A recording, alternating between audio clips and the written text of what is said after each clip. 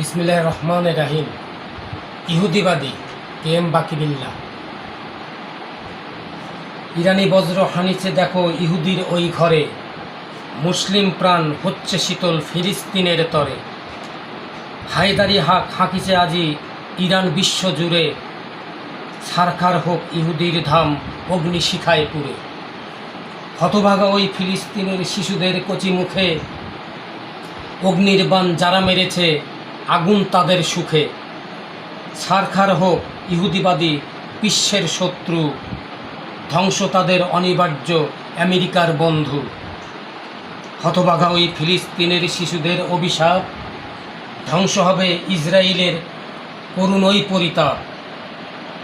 শুরু হয়েছে ধ্বংসের খেলা, ছারখার ওই ধাম, ইহুদিবাদী ধ্বংস যাদের পশুর সমনাম। হোক ধ্বংস ইহুদিবাদী নাস্তিকবাদী আর, ইসলামের ওই জাতশত্রু দাদাবাবুর ওই বার। নগ্নতার ওই ধৃষ্টতার বিদ্বেষী মনোভাব, ইহুদিবাদী নাস্তিকবাদী ধ্বংসের স্বভাব।